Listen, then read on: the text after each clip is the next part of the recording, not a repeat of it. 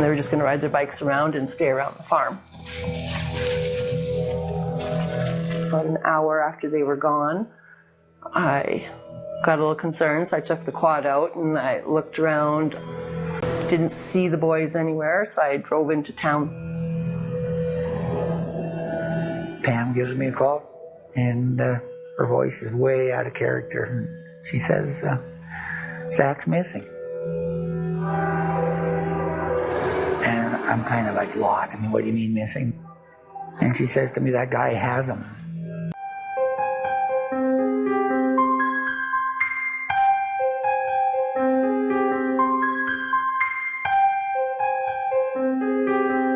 This is a true crime survival story about a 10-year-old who was held as a slave at Saskatchewan farm by one of Canada's most notorious. The 10-year-old was chained to a bed frame so tight that he still has scars from the chains till this day. Come on in the murder she shed and let's discuss the survival of Zachary Miller. Hello, my name is Holly. Make sure you help a girl out by hitting the like and subscribe button, because a girl can get lost in this big YouTube world. And well, I often do. By the way, that's Simon. He's usually in here with me, just enjoying life, hanging out right here in the Murder She Shed. So that's why you should definitely come too. Simon agrees, don't you, baby? We agree that they should come too. Yes, we do. See that beautiful face? Don't you want to see that weekly? Going on the bed to listen to the story? Get up here and listen too. Here we go. You ready? Let's get right into the story. Whitewood in Canada is a small farming community where around 860 people reside. Whitewood is a rest stop between two major highways, so it's often just a rest stop for strangers. But on a warm day in the summer of 2006, it became more than a rest stop for a man named Peter Whitmore. Whitewood became his hunting ground. On July 23, 2006, a man and a boy pulled up in a van to a 360-acre farm just outside Whitewood. That farm belonged to Lyle and Pam Miller. They just assumed it was just another customer wanting to buy some chicken eggs. They had a sign up front, and they often have visitors coming in to buy some of their eggs. The man got out of the van and introduced himself as Robert Summer. The teenage boy that was with him, he claimed was his nephew, Kyle. Kyle's real name is Jordan Andrew Breyer. He asked Pam and Lyle if they would buy a DVD player from him because he needed money for gas to continue on his trip. The Millers had declined the offer, but they told their 10-year-old son Zach to go into the house and grab the man and the boy a dozen fresh eggs. The visit was brief and non-eventful. On July 29th, the Millers noticed the van pull up in their yard again. This time, Robert Summers went into more detail about his life. He told Pam how his wife had died of cancer 2 years earlier. Now he was looking for a fresh start on life, having just relocated from Alberta to, I guess, here. Summer said he was a carpenter by trade and had just bought an old home in the area, which he was planning to restore.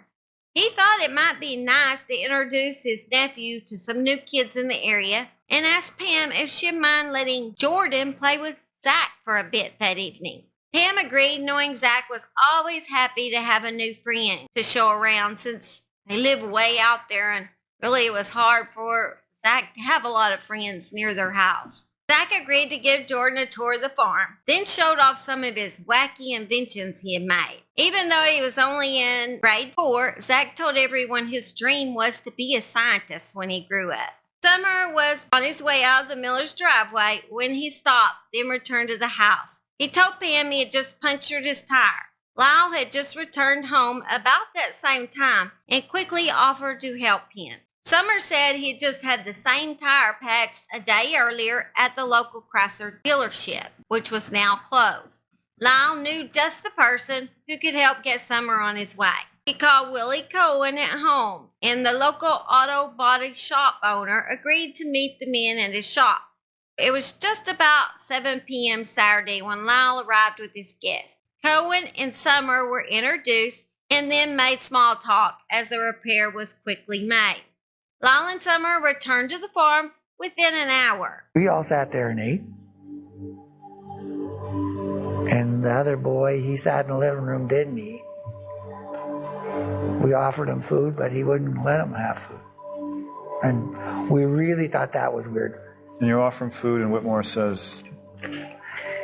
He actually had complete control of that boy.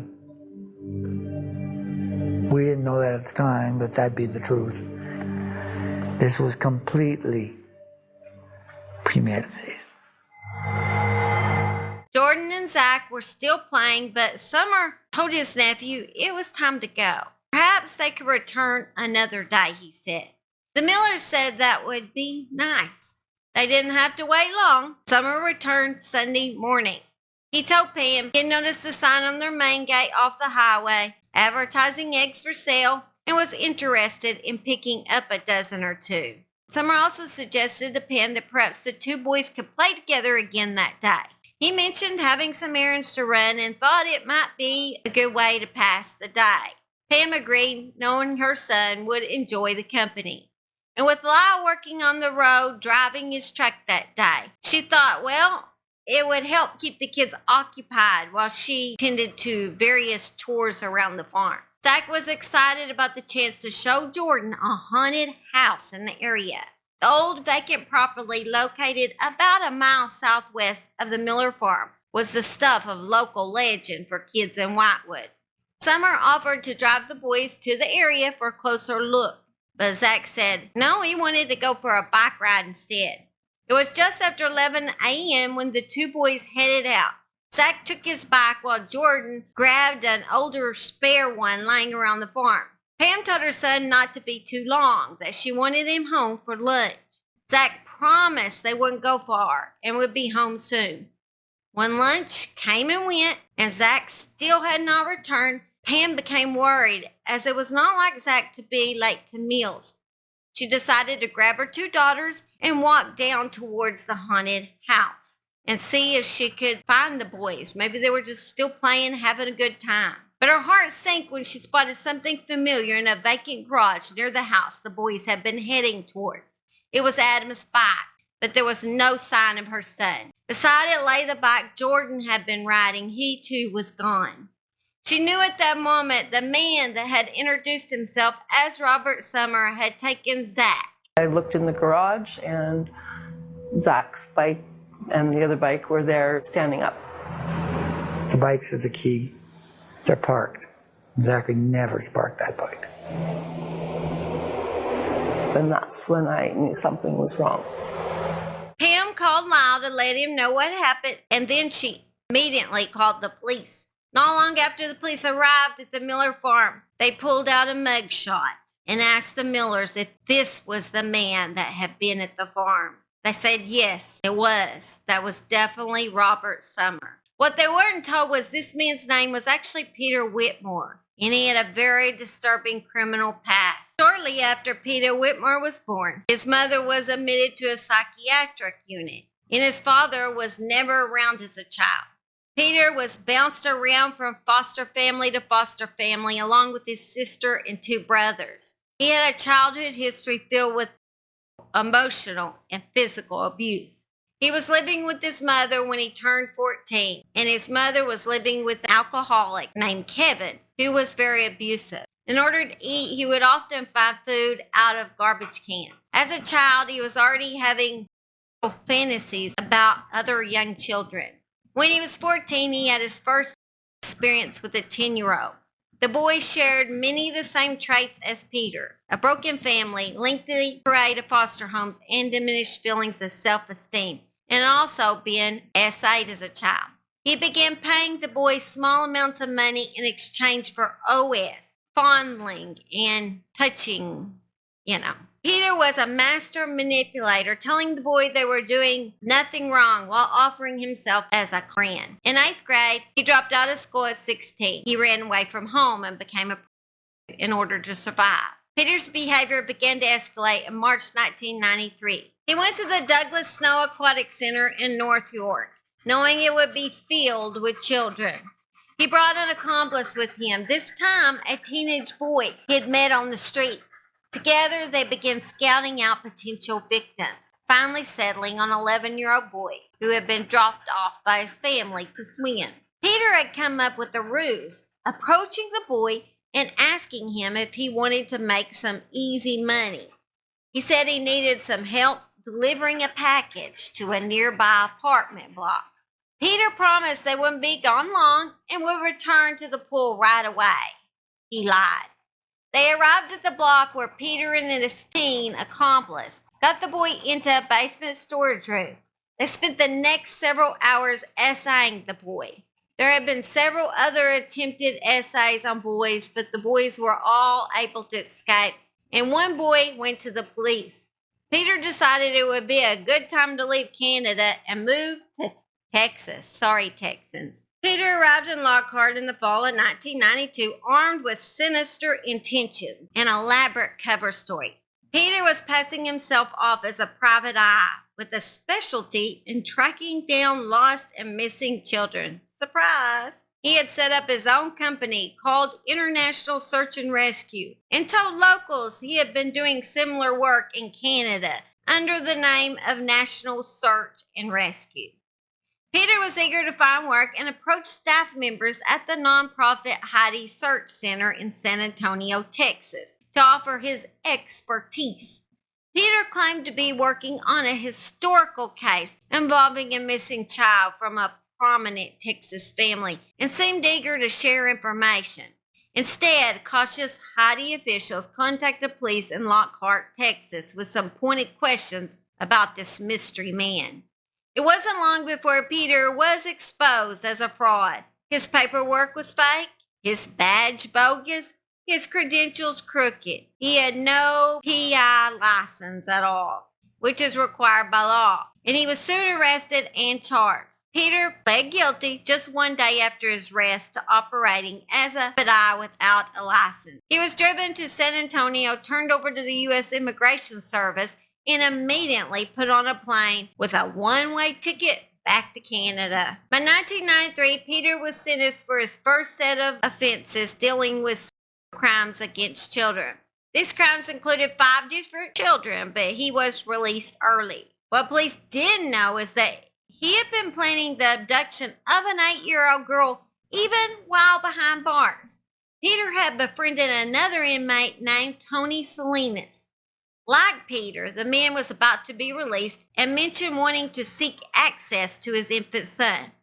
Tony didn't think the boy's mother would allow it. The woman, who also had an 8-year-old little girl, had ended their relationship. Peter told the man he just so happened to be the head over Children Protective Services, and he would be glad to help another fellow inmate out. 8 days after both men were released, they met up, and somehow Peter took Tony to court, where he helped them obtain a temporary court order that allowed visitations. He played both sides of this dispute, meeting separately with the woman and her daughter to explain what was going on. The woman was upset. Peter said he understood explaining these type of custody cases take a toll on everyone, but he claimed he might have a solution. Peter said it might be good to get the young girl out of such a poisonous atmosphere for a few days. Children are often hit the hardest by these types of disputes, he explained, and a break might be the best thing for her. He explained that the 8-year-old could come stay with him and his girlfriend Terry, who had cerebral palsy and was confined to a wheelchair. Peter promised the mother he would keep in constant touch. He assured her the little girl was in good hands. Her mother said okay, and Peter took her to his apartment. Peter told the girl she could sleep on the couch. He didn't wait long to make his move. While she was asleep, Peter stood over the little girl, bent down, and began kissing her. He backed off immediately when she woke up. She appeared scared. Peter said nothing. Terry was asleep in another room. The situation took another grim turn on the morning of Tuesday, August 9th. The girl's mother had been speaking with Tony about the ongoing custody situation. That's when she learned the truth about the man who had her daughter. He might actually be a trained counselor, but she was told he was also a convicted child molester. She immediately picked up the phone and dialed the number Peter had left. There was no answer. The police were called, and after showing up at Peter's house, realized he had left his wheelchair-bound girlfriend alone and had went on the run with the little girl. Peter first went to a sporting goods store and purchased a small tent. He then headed to a campground on the outskirts of Toronto to camp and hide with this little girl. That night, Peter became more aggressive. He forcibly kissed her on the lips and then made her perform OS on him inside that tent. The now terrified girl spent the night alone in the woods with Peter. By morning, Peter was ready to hit the road. He packed up the tent and got behind the wheel of his 1988 Chevy Cavalier. He knew police would be everywhere looking for him and decided he needed to get rid of that girl. He rented her cab and paid the taxi driver to take her home. He spent 56 months in jail for this crime, abducting this little girl. Peter admitted in prison that he just didn't have an attraction to children over 12 years of age and that he preferred boys over girls. He stated during one therapy session that he had adult male partners, but only due to his. He relates he did not enjoy this activity with adult males, but did it out of necessity. Peter was released from prison again in December of 1999. He decided he should take off to Mexico and skip out on all those pesky check-ins at the Toronto Police Crimes Unit. But his plans were quickly scuttled when he filed a refugee claim with Mexican officials. It was a clever attempt at a preemptive strike, as Peter knew that Canadian authorities would have a difficult time getting him back north if his bid was accepted. Unfortunately for Peter, Mexican officials weren't about to play his game. Instead of being accepted with open arms, Peter was slapped with handcuffs. His refugee claim was rejected and Peter was arrested for illegally entering the country and violating immigration laws. Word of his capture quickly made its way to Canada. The police uncovered evidence that Peter was planning to find a job in Mexico, teaching English, work that would have put him in direct contact with young children. Following his arrest, Peter was found to be carrying a list of names of young students, most under the age of 14, that he was apparently planning to tutor. Peter was sent to prison for another year. Then in 2002, while on early release, Peter failed to check in by curfew and fled from Toronto to British Columbia. Police searched his home and found photos of children, latex gloves, lubricants, and zip ties. He was arrested for breaching probation and would serve 3 more years in jail. The next time he was released, he would abduct Jordan and Zach. Police had known who Peter Whitmore was because they were already on the hunt for him after 14-year-old Jordan had went missing on July 21st. 7 days before Zach's abduction, Jordan had disappeared in a similar circumstances in which Peter Whitmore had befriended both children's parents. So it was very similar. He went after the parents first before he went after his victim. It just so happened that Jordan's father and Peter worked together doing road construction. Peter told Jordan's family that if the stepfather and Jordan rode with him to go pick up a truck he had bought, that Jordan's stepfather could have his old van. While driving to pick up this truck, Peter claimed he accidentally left $2,000 in Winnipeg and asked the 14-year-old boy's stepfather to take a bus to get the cash because he needed the cash to buy the truck. He said he would pay for the stepdad to ride the bus to retrieve the money, then pay his way back to them while Jordan stayed with him. After Jordan's stepdad left, he then abducted Jordan. On July 23rd, early in the day, Peter calls from a payphone and promises to bring Jordan home. Jordan talks with his family saying that he is okay, but doesn't know where he is.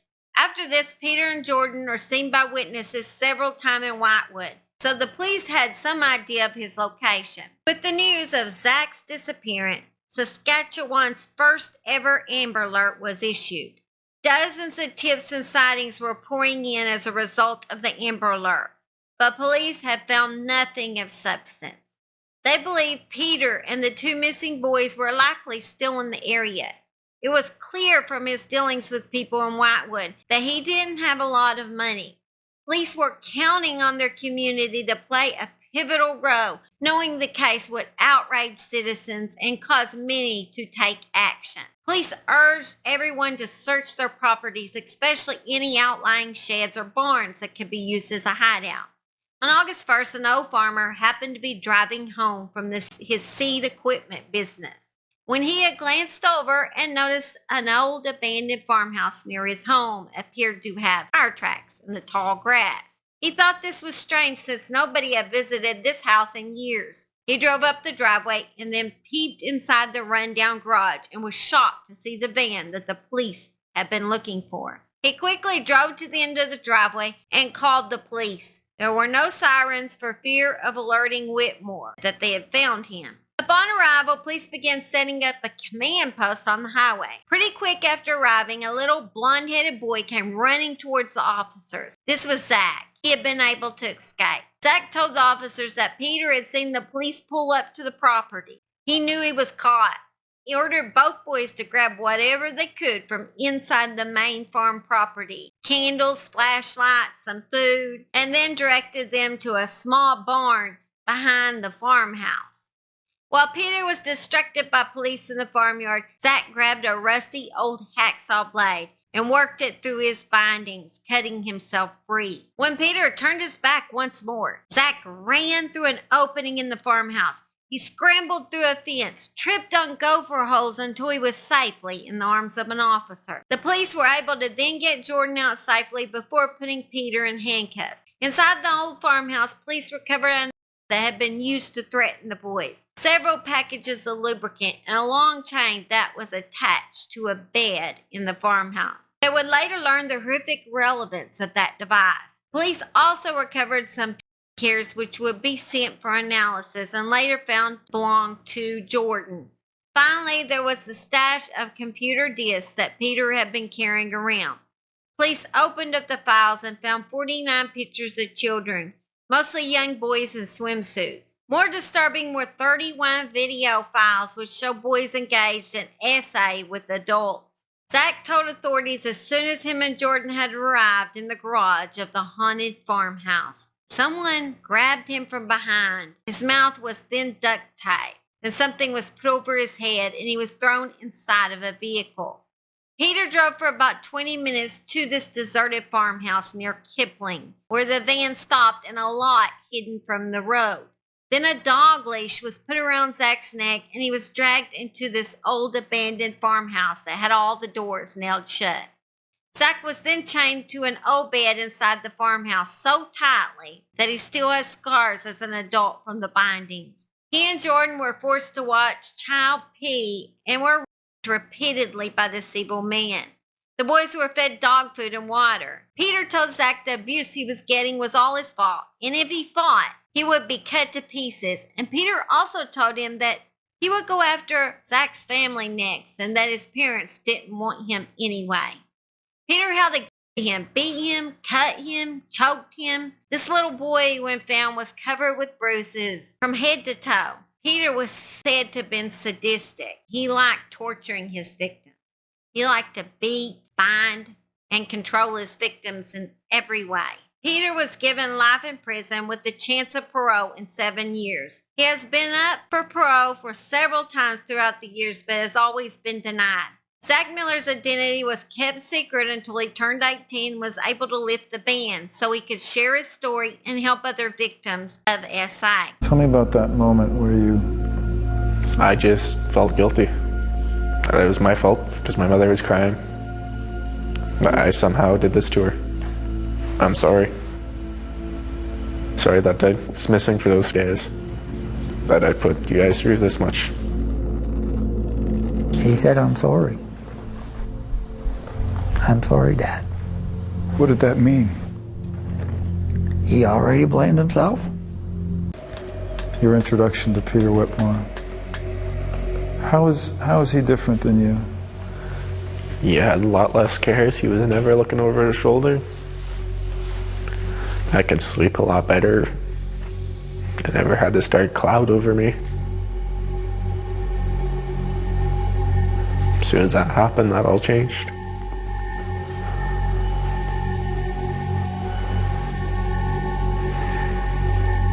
So you go from a little 10-year-old boy who has no cares in the world to being worried about who's going to come up to your driveway, who's going to be there at night. It's a dramatic change that you can't prepare yourself for. Changed a bit from what happened, but I'm still the same kind of person. You just got to figure out how you're going to survive, how you're going to cope day to day with it. And once you do that, life just gets easier. It'll still come back and haunt you from time to time, but it just gets easier. But it'll never go away.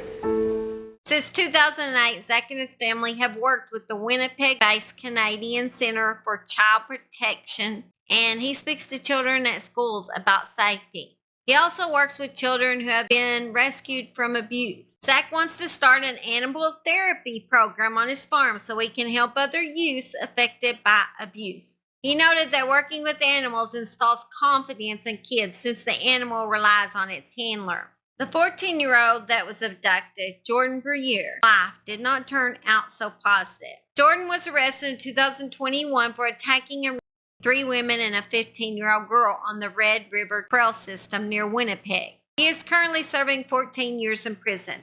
Peter Whitmore has actually made recent news while looking for a pen pal in prison.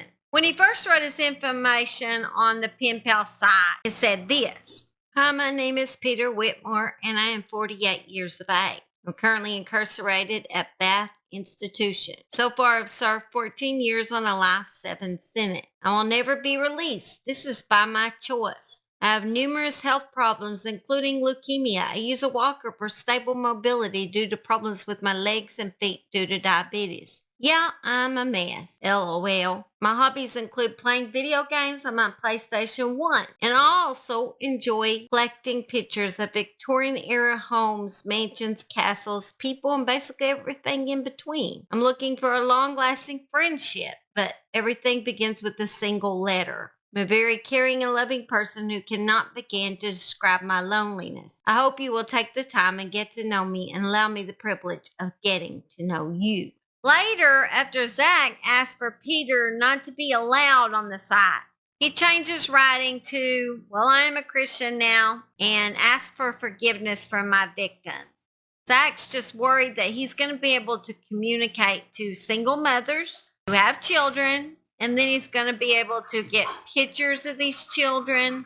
And I could see he's very manipulative. He's a very big liar. I don't believe he should be loud on that side either. He's manipulated so many people into doing what he wants them to do. I'm so glad to be able to tell a story of survival, and that Zach was able to survive all of this and making a positive influence on the world. Before I go, I want to tell, he's all excited about going. I said last time on a post that I might be a grandma before I come back and make a new video. It didn't happen. I guess it was false contractions, Braxton Hicks contractions. And so we still don't have a baby, but I have a feeling it's going to be soon. And I hope you're nicer to the baby than you are to me. You're kind of rough with me sometimes. You know you love me, but you're kind of rough, boy.